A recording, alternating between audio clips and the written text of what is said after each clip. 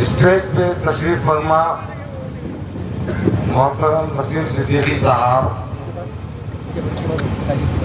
हमारे दो भाई जो बहुत कुव्वत के साथ हमारे साथ खड़े हैं, मोहतरम हबीब कुरैशी साहब, करीम कुरैशी साहब, मुन्ना भाई, हमारे हारिस करीम साहब, समाजवादी के लोग भाई, फैसल भाई, इस बस्ती की बड़ी शख्सियत खादर शाह साहब, हमारे नौजवान दोस्त जिन्होंने इस प्रोग्राम को कामयाब भाई, बब्बू भाई, सामने बैठे हुए मेरे नौजवान साथियों, बुजुर्गों, ये माइक भी बहुत काम बता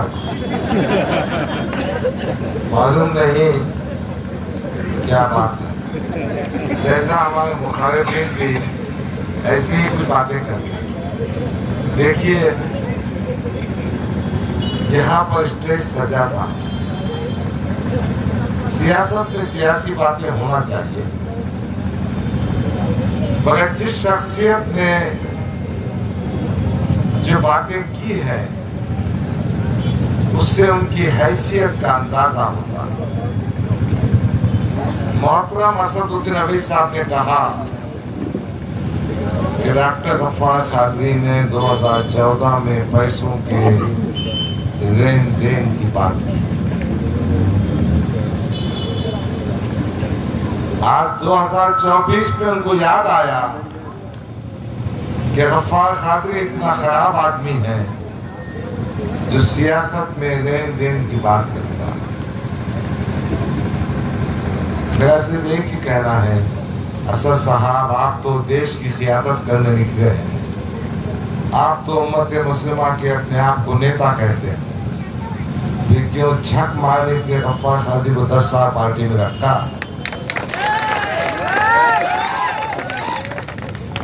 क्यों 2 वक्त मुझे टिकट दिया? क्यों मुझे महाराष्ट्र का कारगुजार सदर बनाया? दोस्तों, सच्चाई तो ये है, अल्हम्दुलिल्लाह मेरा दामन इतना पाक है लेन देन के मामला में। हाँ, गुनाहगार होगा, अल्लाह मुझे मेरे गुनाहों को माफ करे, मगर पैसों के मामला में मुझ पर कोई उंगली नहीं उठा सकता। पैसों के लेन देन में मैं इस पर कोई उंगली नहीं उठा सकता। मेरा दुश्मन भी कहेगा कि गफ्फार कादरी हिसाब किताब पे सीधा आदमी। बड़ा मोहतरम ने कह दिया,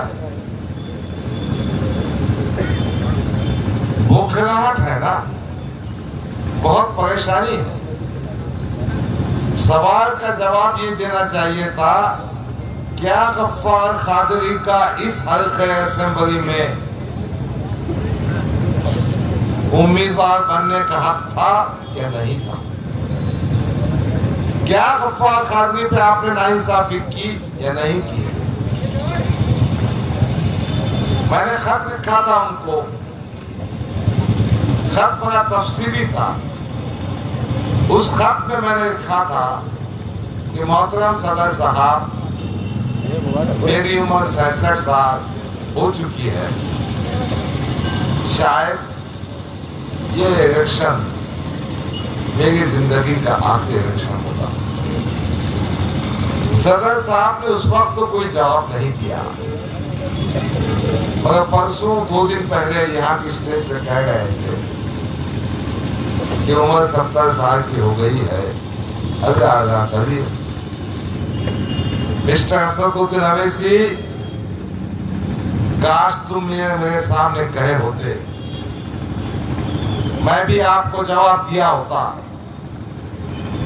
मेरा मानना है एक मोमिन जो अल्लाह को मानता है, अल्लाह का बंदा है, वो पैदा होने से लेके मरते दम तक अपना काम अंजाम देता है।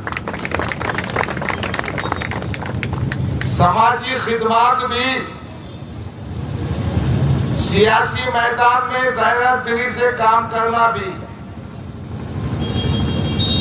सियासत में मुसलमानों की ईमानदाराना खिदमत करना, अवाम की खिदमत करना भी आगा करने के बराबर है। अरे टोपी पहन के, शेरवानी पहन के ऐसे भामटे बाता मत करो ना भाई, बहुत हो गया। वो जो उनका बच्चा है ना, वो तो उसके कदम आगे।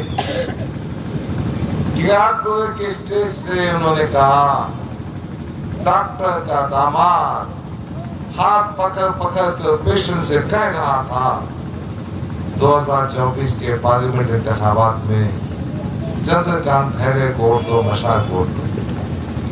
अरे आदमी के बच्चे, तेरे बाप की जागीर है क्या?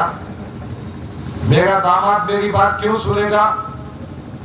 वो एमजीएम में प्रोफेसर ऑफ मेडिसिन है। डॉक्टर उमर खादरी की बात कर रहा हूं, वो हेड ऑफ डिपार्टमेंट है। वो 42 साल का नौजवान है जो 42 साल में मेडिकल कॉलेज में प्रोफेसर और एचओडी बना है। डॉक्टर उमर खादरी को आप सब जानते होंगे। बेगर्ज तरीके से कौम और मिल्लत के काम आता है। और इम्तियाज जलील, अगर तेरी याददाश्त कमजोर होगी तो वो याद दिलाना चाहता हूं, जब ताज विमानता होटल में बैठे थे, मैंने असद साहब से कहा था इसकी हरकतें तो ऐसी है कि मैं मेरे दामाद को कन्विंस नहीं कर सकता, स्टेज पे क्या भाषण दूं मैं। फिर मैंने असद साहब को वाकया सुनाया था। कोविड के जमाने में इनके कुछ कारपोरेटर्स एमजीएम अस्पताल पहुंचे, इनको पैसा वसूल करने का था। उन्होंने डॉक्टर उमर से गाली गलौज की, बदतमीजी की। जो डॉक्टर उमर हमेशा इनसे खिदमत में पेश आता था, इनकी मदद करता था। मेरे दामाद ने मुझको फोन किया, मेरे दामाद ने मुझसे कहा कि अंकल ये लोग ऐसी हरकतें कर रहे हैं। मैंने कहा इम्तियाज जलील के चमचे और एजेंट है, वसूली के काम में लगे बैठे हैं, मैं कुछ नहीं कर सकता, आप पुलिस पे तत्काल दो। डॉक्टर उमर खादरी ने पुलिस पे तत्काल दी है और उसके बाद से डॉक्टर उमर खादरी का दिल उचाट हो गया। आप लोगों की इज्जतों से खिलवाड़ करेंगे, लोगों को गाली गलौज देंगे, अपने चमचों एजेंटों के जरिए बेइज्जत करेंगे और फिर तुमको वोट दें। ये शहर में कितने मुस्लिम व्यापारी हैं जिनको इम्तियाज जलील ने नहीं लूटा। मैं नाम नहीं लेना चाहता। एक फैक्ट्री में हमारा दोस्त है, वो मैन पावर सप्लाई का काम करता है। ये खासदार बनने के बाद उस फैक्ट्री के मैनेजर के पास जाकर कहता है तो मैन पावर का काम मुझे दे दो। यकीनन जब किसी का दिल दुखता है, तकलीफ होती है तो मुखालफत करेगा। तो मैं इम्तियाज जलील को याद दिलाना चाहता हूं कि ताज विमानता होटल में मैंने कहा था कि इम्तियाज जलील साहब, आपकी हरकतें, आपकी खसरतें इस तरह की है कि आप सिर्फ पैसा वसूल करना जानते हैं, जिसके नतीजे में मेरा दामाद भी आपसे नाराज है, मैं उसको कन्विंस नहीं करता। तो उसके आगे की स्टोरी सुना देता, मैं तो छुपाता नहीं, मैं अब सुना देता। जब बात निकली है ना तो पूरी हो जाने दो। मैंने बीच में साफ दिली से, जान दो अपनी पार्टी का कैंडिडेट है, अपने इख्तिलाफात होंगे, साथ देना चाहिए। मैंने इनके साथ वैजापुर का दौरा किया। वैजापुर के दौरे में जब मैंने भाषण किया बाबरी मस्जिद की, मैंने बात किया मुस्लिम बस्तरगाह की, मुस्लिम ने बात किया सीधे की, लोगों ने खुश भी हुए। जैसे कन्नौज पहुंचे हम तो इम्तियाज अली ने कहा आहिस्ता से मेरे कान में, डॉक्टर साहब बाबरी मस्जिद, नारे तकबीर,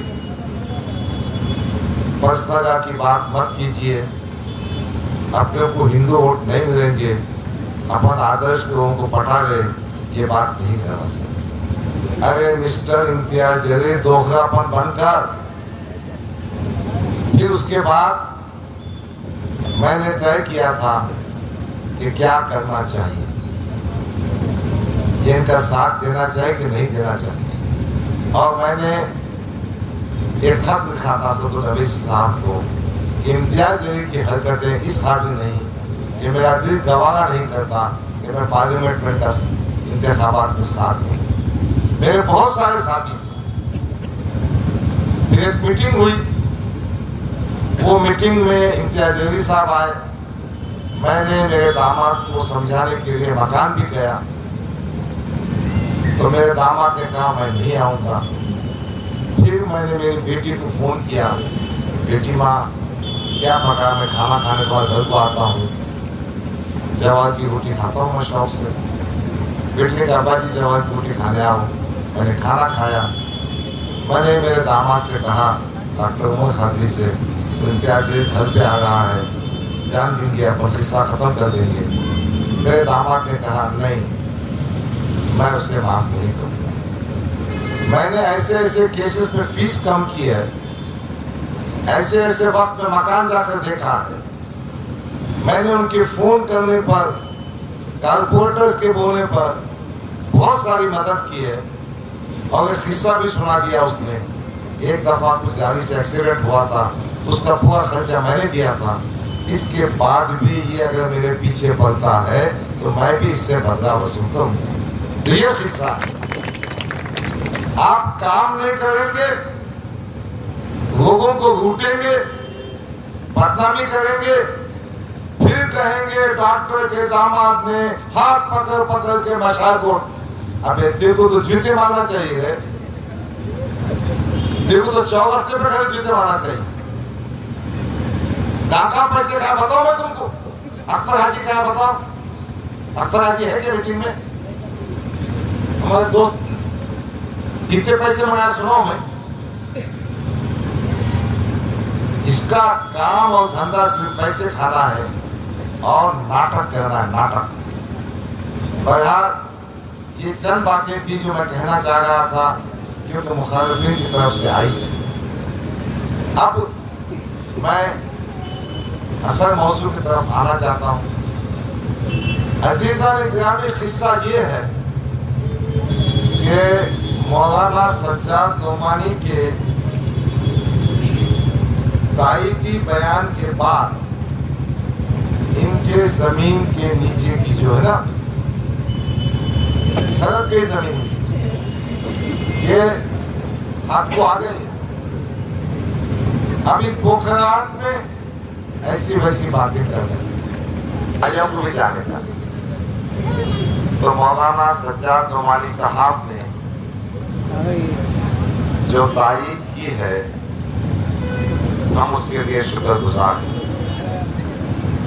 यही सज्जाद नोमानी साहब ने पार्लियामेंट के इंतखाबात में एक छोटा सा audio clip Khizar Patel advocate और सज्जाद नोमानी की बातचीत का था। वो ऑडियो क्लिप क्या था मालूम?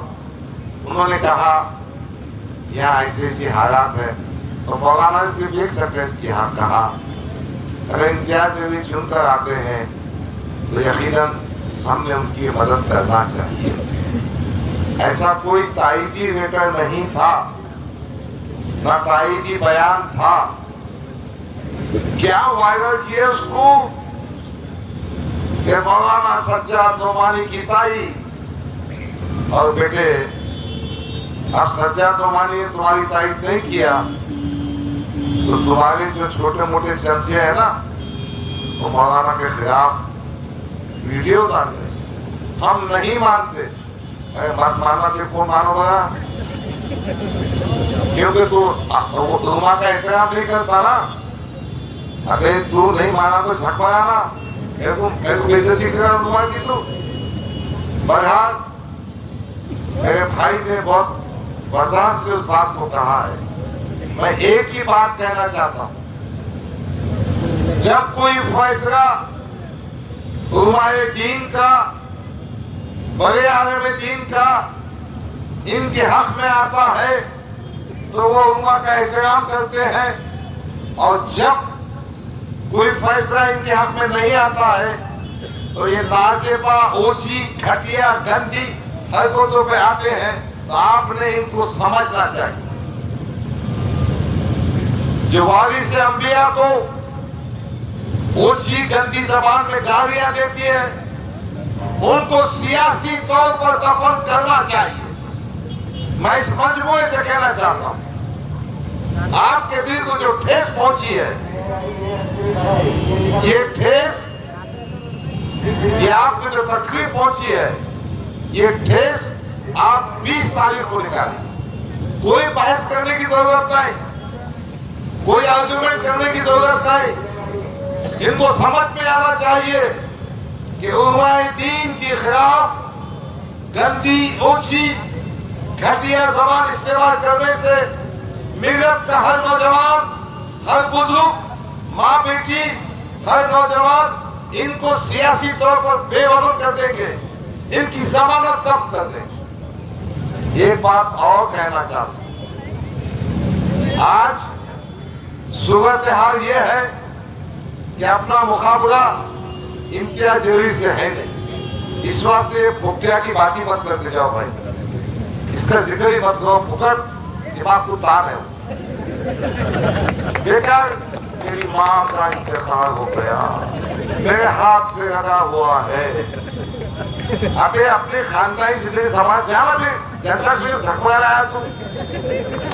और 10 साल में तुमने क्या किया है भाई? मैं जान दो अब इस वक्त में क्या बनाता हूँ, फुटिया की बात ही ना करो। फुकट छाप, कोई मेहनत नहीं करने का। बेचारे जावेद खुर्शीद ने मजलिस को आया, इन्हों बन गए आमदार, उसके बाद सबका गेम बजाते बैठे और पैसे कमाते बैठे। बहरहाल मैं ये कहना चाह रहा था, आज की तारीख में अपना मुकाबला अब्दुल साबित से है। इम्तियाज जलील 5वें, 4थे, 3रे कौन से नंबर पे, वो बातें देखेंगे। अपने को अपना एक वोट कंसोलिडेट करना है, इकट्ठा करना है। जो रिश्तेदार बाहर गए हैं उनको बुलवा के दीजिए, जो अपने वोटर्स बाहर के मुकामात पे गए उनके आने का इंतजाम हम करेंगे, हमको बताइए। हम ये कोशिश करेंगे कि हमारा एक वोट निशानी साइकिल बटन नंबर 5 पे पड़े। हम इस बात की दुआएं करेंगे अगर अपने की बारगाह में कि अगर पहले मुझे नेक तौफीक दे और जिस मकासद के लिए आपका एक कीमती वोट दिया जा रहा है वो कामयाब हो। मकासद ये है कि ये बस्ती सबसे ज्यादा पसमानदा, ये बस्ती पिछड़ी भी है, और अगर रब्बुल इज्जत का एहसान है, ये दरगाहें, ये मसाजिद, इसके मीनार, यहाँ की दीनी दरगाहें, मैं तमाम दीनी शख्सियतों को सलाम करता हूँ। परेशानी की हालत में माशी तौर पर थोड़ा पिछड़ा होने के बावजूद नायगांव की बस्ती, कौसरबाग की बस्ती यकीनन काबिल एहतराम, काबिल सताइश है कि दीन के मराकिज, अल्लाह की इबादत गाहें, मसाजिद ये बहुत तेजी से तरक्की कर रहे हैं। मैं इस बस्ती के नक्शे को बदलना चाहता हूँ। पीने के पानी की सहूलत नहीं है, ड्रेनेज का माकूल इंतजाम नहीं है। हाँ, कब्रिस्तान का भी काम करने का है, पर उसको ये कब्रिस्तान में नहीं, कब्रिस्तान की जगह का भी काम करने का है, वो सियासी कब्रिस्तान में नहीं। बहरहाल मैं ये कहना चाहता हूँ कि इस बस्ती में जो स्कूल बना ना, परसों भाषण में एक जिम्मेदार साहब बोल रहे थे कि नागेगांव का जो स्कूल इतना अच्छा हुआ है उसमें वो भुट्टिया का कुछ काम है। असलम पठान गवाह है, रफा खादरी ने उस स्कूल को कई दफा विजिट की, उनके असातिज़ा से बातचीत की, और जो आखिरी निवेदन था वो ये था कि नारेगांव के मासूम बच्चों को वहां जगह कम होने से एडमिशन नहीं दिया जा रहा। हमने हेडमास्टर से गुफ्तगू की, फिर आचार संहिता आ गई। मैंने हेडमास्टर से कहा था आप एडमिशन रिफ्यूज नहीं कर सकते। सेंटर का एक कानून है, right to free and compulsory education. आज 6 साल से 14 साल के बच्चों के उस बस्ती के स्कूल में कंपल्सरी फ्री एजुकेशन देना है।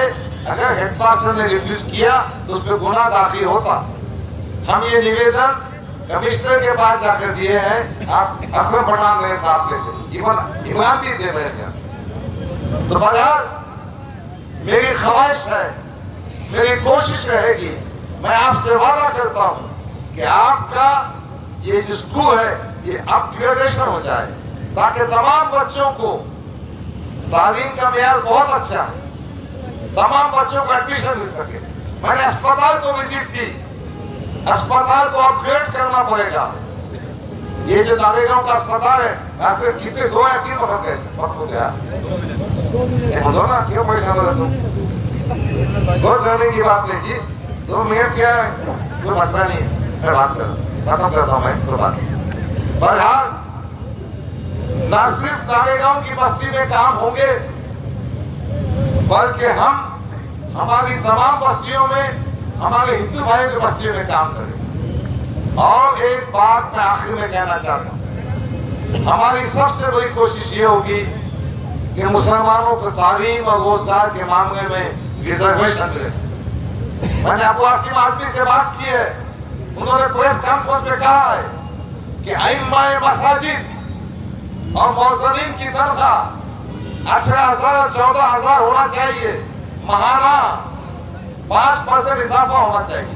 इंशाअल्लाह ताला हम सब मिलजुल कर अपने मसाइल को हल करेंगे।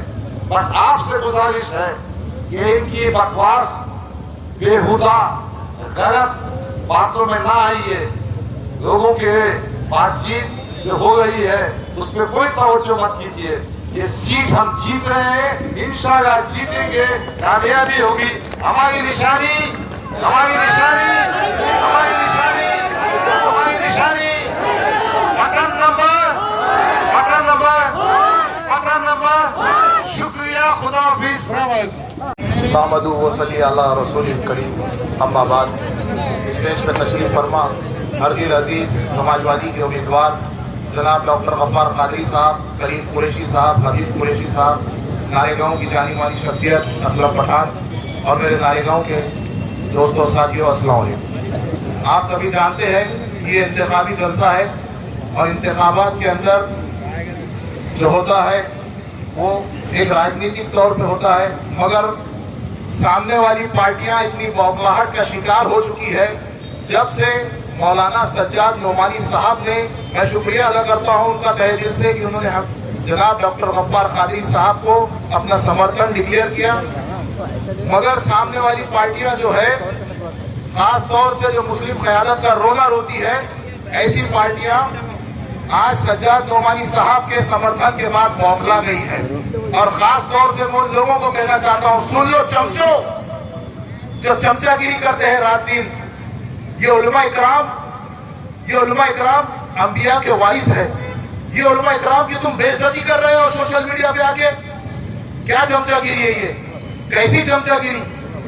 अरे तुम इलेक्शन को क्या अपना मुस्तकबिल समझ बैठे हो? ये चमचागिरी के चक्कर में क्या तुम अपनी आखिरत को बिगाड़ रहे हो? अपनी आखिरत खुदा के वास्ते मत बिगाड़ो। अब औरंगाबाद शहर में एक ही नाम चलने वाला है और एक ही निशान चलने वाला है। उलमा इकराम का हम बिल्कुल इरादा को एहतराम करते हैं। उलमा इकराम ने जो हमें हिदायत दी, हम उस पर अमल करने वाले हैं। और उलमा इकराम ने और सज्जाद नोमानी साहब ने जो हमें हुक्म दिया है, हम उस पर अमल करने वाले हैं। और वो हुक्म ये है कि डॉक्टर गफ्फार कादरी साहब को 20 तारीख के दिन भारी अक्सरियत में वोट देना है और 23 तारीख के दिन हमें उनको असेंबली में भेजना है। आज हो ये रहा है कि कोई भी उठ जाता है और कुछ भी कह देता है। जैसा कि आपने देखा होगा गुज़िश्ता दिनों वो एक 1.5 फुट का उठ गया। नीतीश राणे कहने लगा कि हम मस्जिदों में घुस के मारेंगे।